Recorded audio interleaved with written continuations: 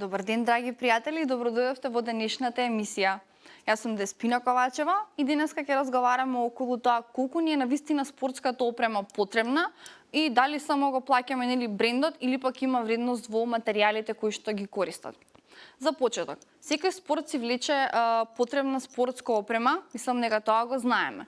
Но еве, за работите кои што најчесто ги практикуваме, например, теретана, некои групни спортови или пак трчање, најчесто забораваме на важноста да облечеме соодветна спортска опрема на нас.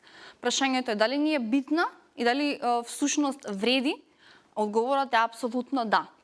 За почеток, замислете дека е надворе топло, а вие имате памучна облека на вас и таа ви создава дополнителна топлина на телото. Мислам дека не би било најпријатно, нели?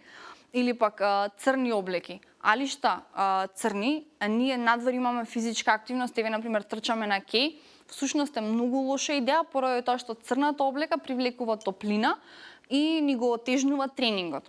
Исто така мораме да внимаваме да не облечеме алишта кои што впиваат пот, бидејќи со впивањето на пот алиштата стануваат потешки и не нам ни го отежнуваат вежбањето.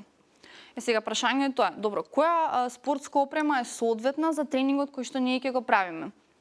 За почеток, еве, ќе почнеме од маичките. Маичките треба да бидат од лесен материјал, кој што не впива пот и секако во некои посветли бои, за да можеме да го практикуваме тренингот без да бидеме мокри или пак испотени, а маичката дополнително да ни го отежнува тренингот.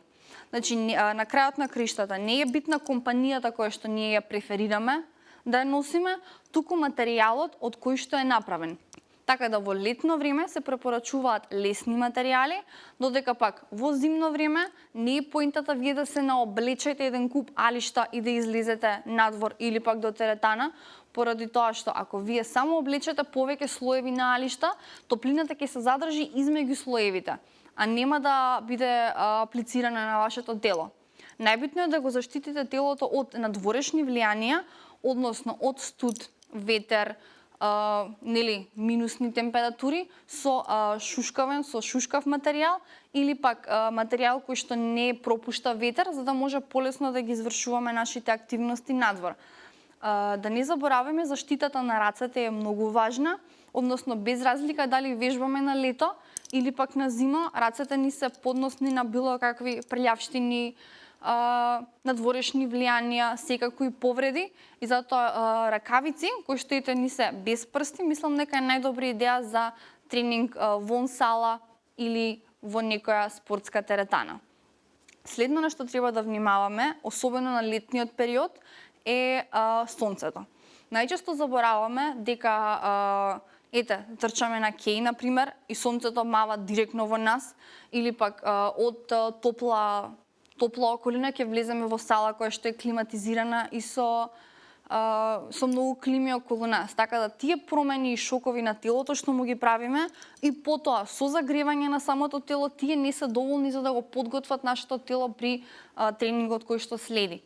Затоа алишта кои што се соодветни на околината надвор треба да ги носиме исто и во сала. Денеска се прилично популарни алишта кои што се стегнати, односно за тренинзите кои што ги носиме, алишта кои што се припиени на нашето тело, секако не тесни, него да ни го стегнат телото, верувам дека се многу попријатни за вежбање и исто така тие ни намалуваат болката од тренинзи следниот ден, поради тоа што тие ги држат мускулите стегнати и во форма и секако нема да ни прават проблем. Најбитно од се е кај спортската опрема е удобноста. Што значи тоа? Ние сме пофлексибилни и послободни во нашите движења кога имаме соодветни кај женските хеланки или пак кај машките шорцеви.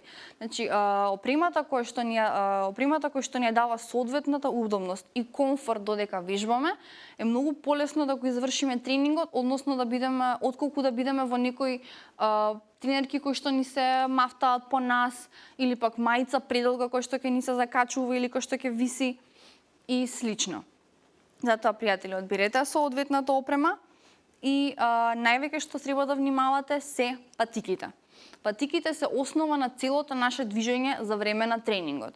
Од таму ја влечеме удобноста, од таму ни е балансот на тренинзите и секако нашето целосно здравје почнува од нозете. Што значи тоа?